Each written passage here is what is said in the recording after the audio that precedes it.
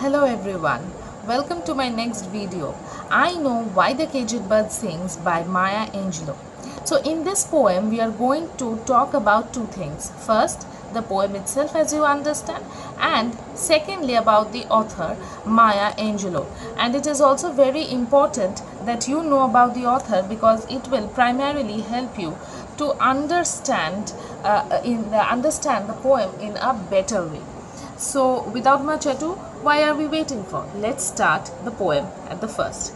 So, you know, as you understand why the caged bird sings, as you understand from the very title itself, which was first published in 1969, this poem highlights the racial tensions and the discrimination that women faced during that time.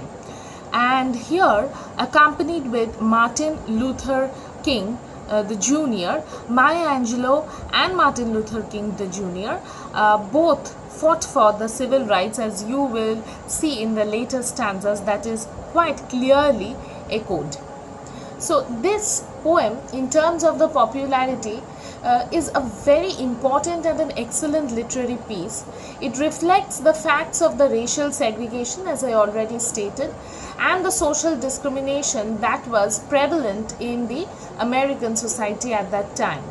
So here Maya Angelou has highlighted the nature of captivity and the importance of the American ideals of freedom, liberty, and all the important concepts that revolve around these kind of discrimination. Not to forget about the criticism on the racial discrimination that is quite clearly highlighted here, is that the caged bird here in this poem represents the Afro-Americans and their sorrowful plight compared to the fair-skinned Americans. She says, that is Maya Angelou says, that the free bird has the freedom to move anywhere in the world, while the caged bird is in captivity, full of pain, rage, without much to explore for themselves, total oppression. And the freedom of the free bird and the alienation and the captivity of the caged bird have been compared and contrasted about both the communities, with a special focus on the positive points of the freedom that have been highlighted here.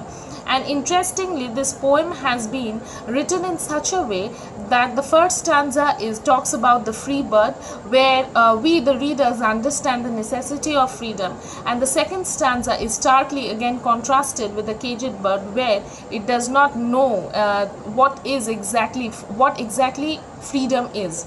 Again, the third stanza talks about the freedom, and the fourth stanza talks about the caged bird, and that is how the poem also ends in the six stanzas, which we will very clearly understand here. Okay. So apart from the racial tensions that we have been talking about so long, we will also focus on the major themes. The two major themes which you must remember, and also when similar questions come, which you can also include in your answer, is primarily the theme that is introduced in the first stanza itself. It is given through the image of the free bird that goes wherever it wants, ranging from the enjoyment on the stream to soaring of the wind, and means that is basically the highlight is on freedom. And second theme is the captivity that cripples the bird in the cage.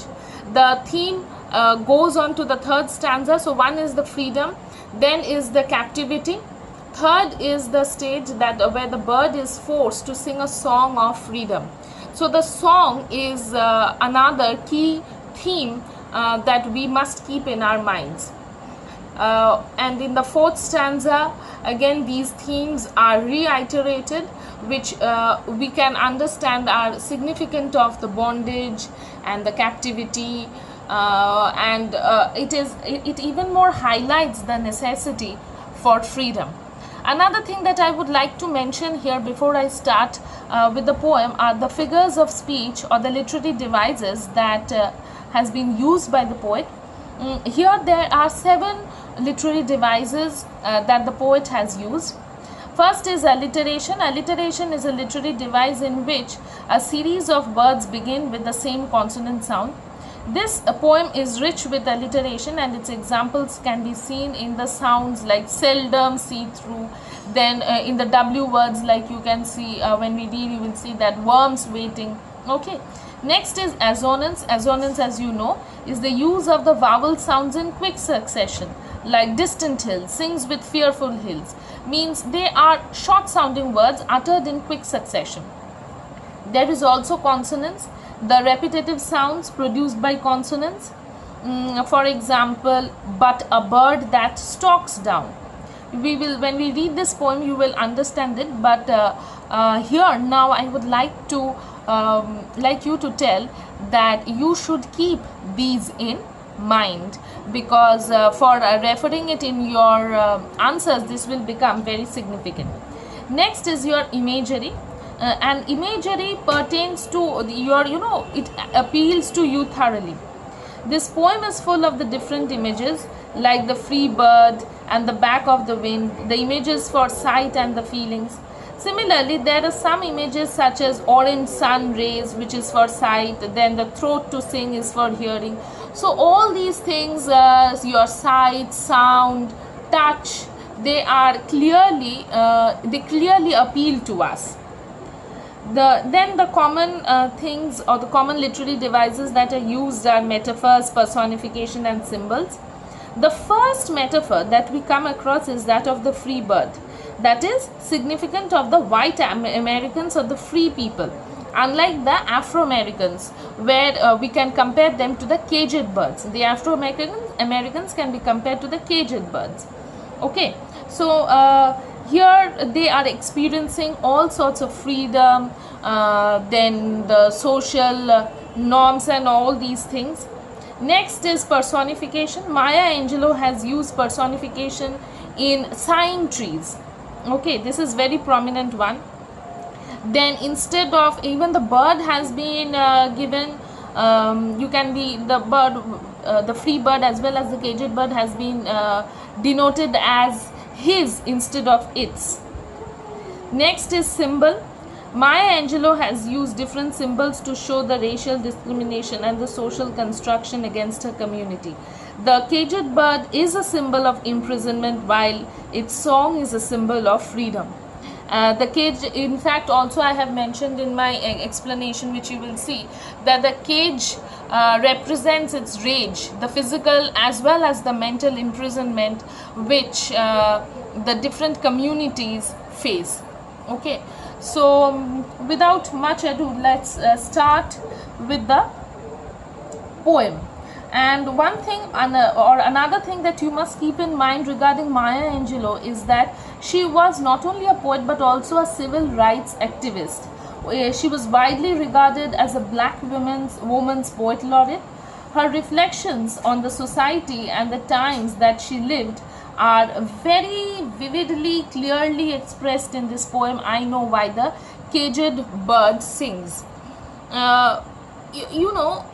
This bird, which is popularly also referred to as a caged bird, and which in fact we will refer to here for easier reference because of the big title. It is often interchangeably known, as I told you, as a caged bird, and this is or can be seen as a reflection on the social disparity and the ideals of freedom and justice. Angelou, with the metaphor of birds, represent the inequality of justice seen in the society of her time, which differentiates between the Afro-American community and the white American counterpart.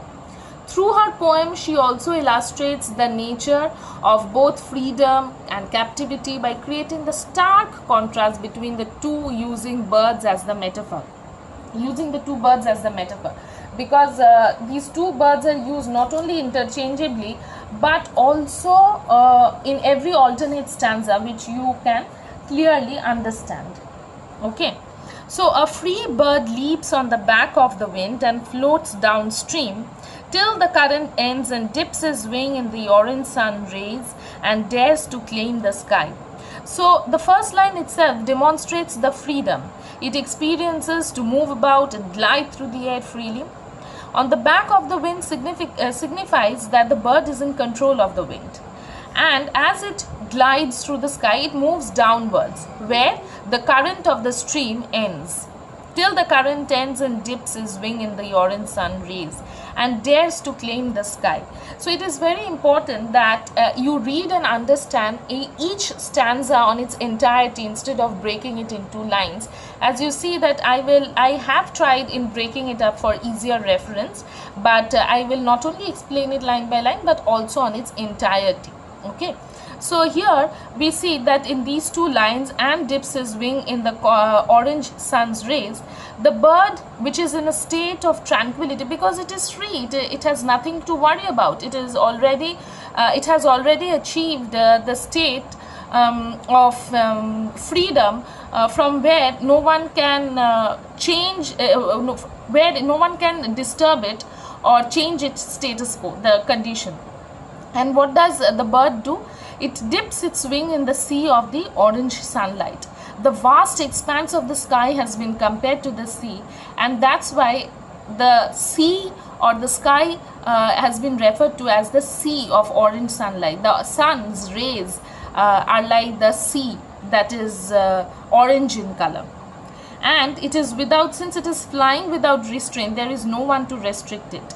And the whole firmament, the whole sky is its one big home, without much disruption, without much tension, without anything to worry or think about. So now we will move on to the second stanza.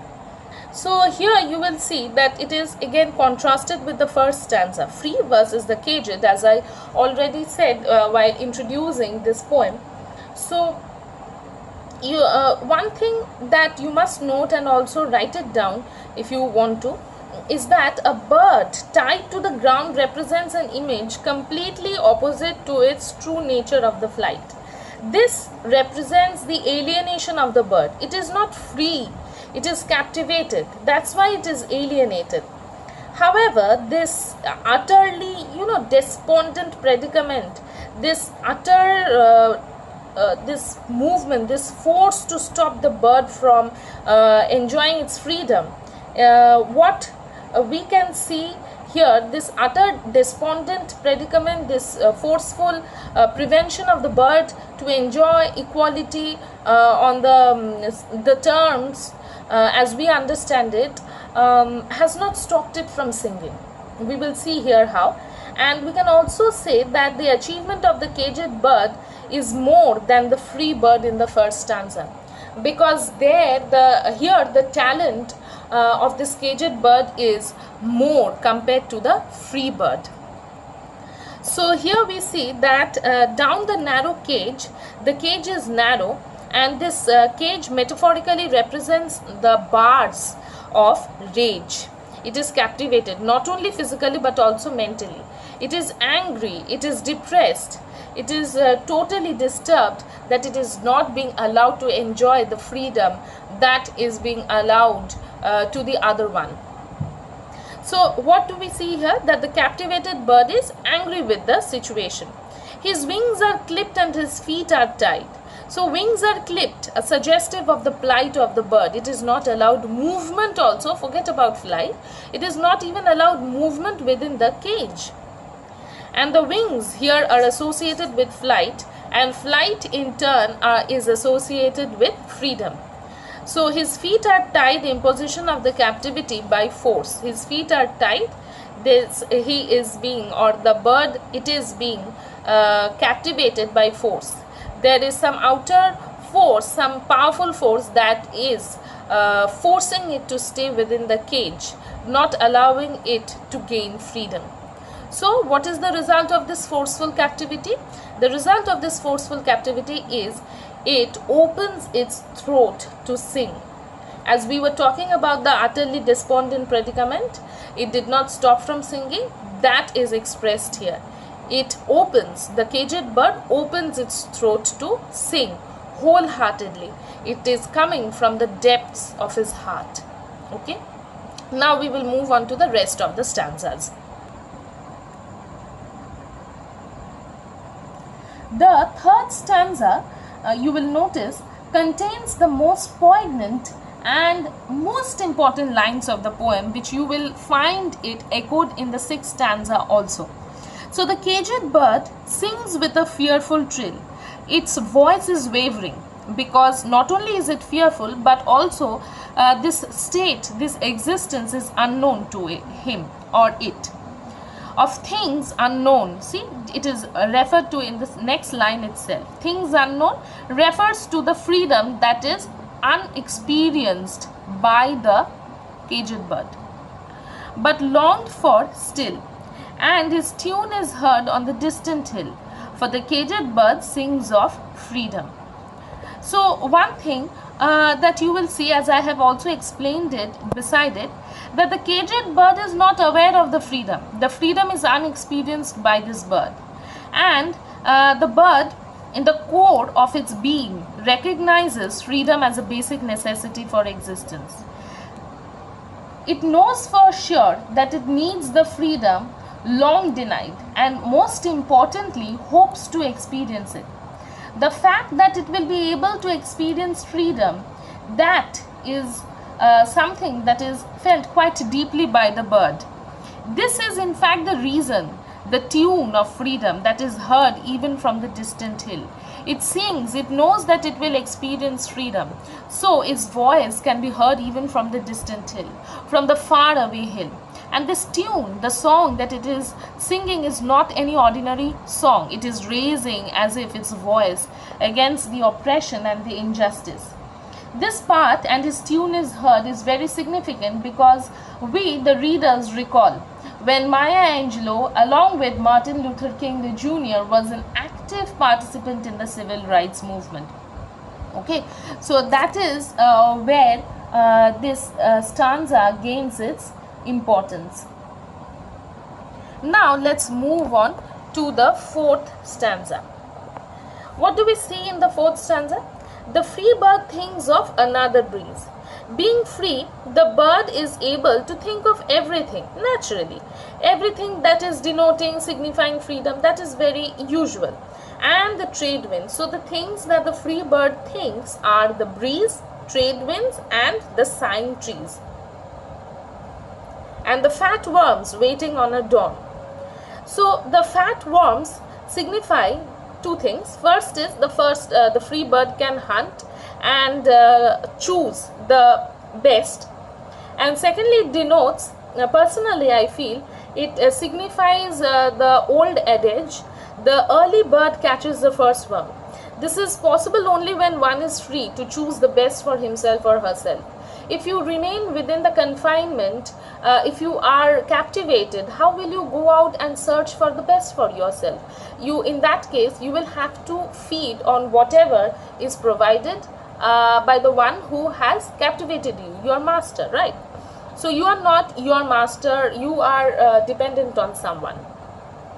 So on the bright sunny morning, on a bright lawn, when the sky is clear and everything is fine, and this free bird who is enjoying its freedom to the fullest capacity swoops down for the fat worm, and he names the sky his own, as if the entire sky, the whole sky, is its kingdom or is his kingdom.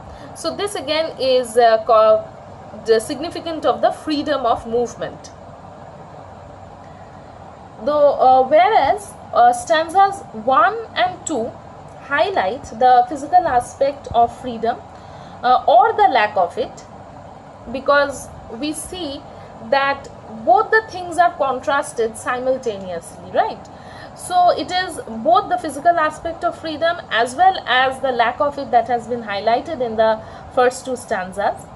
In stanzas 4 and also in the subsequent stanzas, we will see, that is the readers will see, that they reflect the same, although along the mental psychological plane. It is more of on the mental level, okay, rather than physical. It comes down on the mental level, and we come back to the point of a person being shaped by the socio-economic condition, the environment around us.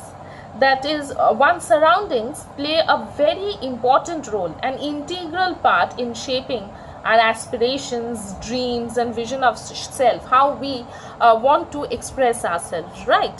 So that becomes very important. But a caged bird stands on the grave of dreams. His shadow shouts on nightmare scream. His wings are clipped and his feet are tied, so he opens his throat to sing. So what do we see here in the fifth stanza is that the caged bird stands on the grave of dreams. Its dreams have been shattered.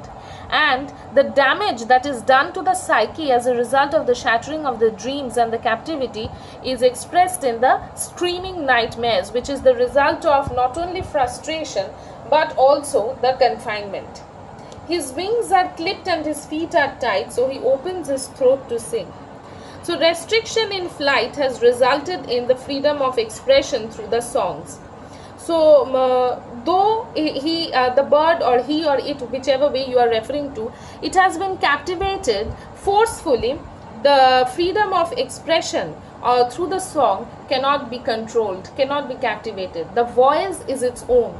So it is bursting forth with its song. That means it is trying to revolt. It is showing its raising its voice against oppression on a very high level, very strongly. Okay. Now we will move on to the sixth stanza as we draw to the close of this poem. The sixth stanza, as I had already referred earlier, that it is a refrain of the third stanza. And you will note that the repetition of the song of the caged bird reflects the poet or the speaker's strong faith, the hope, the faith, the belief in the power on the effectiveness of the bird's song. Freedom is in fact a prerequisite to equality, because if you are craving for equality, if you are craving to reach and fulfill your aspirations, then freedom is of utmost importance. And you will see as I read this final stanza, the caged bird sings with a fearful trill of things unknown but longed for still, and his tune is heard on the distant hill, for the caged bird sings of freedom. So the last line, for the caged bird sings of freedom, the speaker implies that although the caged bird may never experience or may never have experienced freedom, he still sings of it. There is no harm in trying, and he keeps up his hopes. This is paralleled, in fact, to the Afro-American struggle in Maya Angelou's time, because she felt when she was struggling that black Americans or the Afro-Americans wrote and sang and danced, cried for freedom that they deserved, even though they were suppressed, even though they were captivated, and this was heard from a distance. Yet this could not stop them from asserting their equality. So here she exhibits her freedom in this poem through her tone as well. She depicts the caged bird in a sense herself and expresses how she longs for it. Okay. Thank you for watching this video. Happy learning.